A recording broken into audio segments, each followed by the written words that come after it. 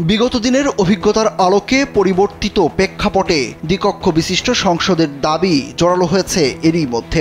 অন্তর্বর্তীকালীন সরকারের কাছেও ইতিমধ্যে আনুষ্ঠানিকভাবে এই দাবির কথা জানিয়েছে বিভিন্ন রাজনৈতিক দল।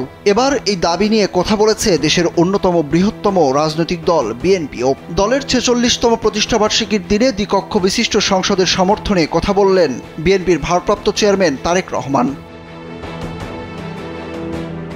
এ বিষয়ে তারেক রহমান বলেন, একজন ব্যক্তি ২ মেয়াদের বেশি প্রধানমন্ত্রী থাকতে পারবেন না। ক্ষমতা কুক্ষিগত করে আর কেউ যেন স্বৈরাচারী না হয়ে উঠতে পারে তা নিশ্চিত করতে বিএনপি সংবিধানে এমন ব্যবস্থা রাখতে চায় যাতে কেউ পরপর ২ বারের বেশি প্রধানমন্ত্রী হতে না পারে। রোববার তৃণমূল পর্যায়ে ধারাবাহিক মতবিনিময় সভার অংশ হিসাবে কুমিল্লা ও ফরিদপুরের নেতাকর্মীদের উদ্দেশ্যে দেয়া বক্তব্যে তিনি এসব কথা বলেন। বিএনপির ভারপ্রাপ্ত চেয়ারম্যান আরও বলেন, গত ৫ আগস্ট স্বৈরাচার পতনের সঙ্গে সঙ্গে বাংলাদেশের মানুষের প্রত্যাশায় যুক্ত হয়েছে নতুন আশাবাদ আর পরিবর্তিত হয়েছে ভাষা। এই পরিবর্তিত নতুন ভাষা পড়তে ও বুঝতে হবে আর আশাবাদকে বাস্তবে রূপ দিতে হবে। সেটা না পারলে ছিটকে পড়তে হবে।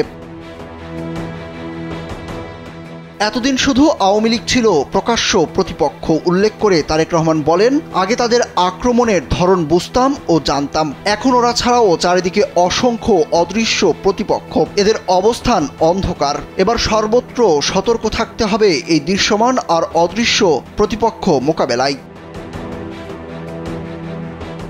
গত বছর জুলাইয়ে উপস্থিত ৩১ দফা কর্মসূচির মৌলিক বিষয়গুলো তুলে ধরে তিনি বলেন, বিএনপি ভবিষ্যতে এদেশে স্বৈরশাসনের কবর রচনা করতে চাই। আইন, বিচার ও নির্বাহী বিভাগের মধ্যে ক্ষমতার ভারসাম্য রাখতে চাই। রাষ্ট্র পরিচালনায় সমাজের জ্ঞানীগুণীদের প্রতিনিধিত্ব ও অংশগ্রহণ নিশ্চিত করতে ২ কক্ষ বিশিষ্ট পার্লামেন্ট ব্যবস্থা প্রবর্তন করতে চাই। তরুণ ও বেকারদের জন্য কর্মসংস্থান আর কর্মসংস্থান না হওয়া পর্যন্ত যোগ্যতা অনুযায়ী ভাতা প্রবর্তন করতে চাই। নিশ্চিত করতে চাই সর্বস্তরের নারীর অংশগ্রহণ।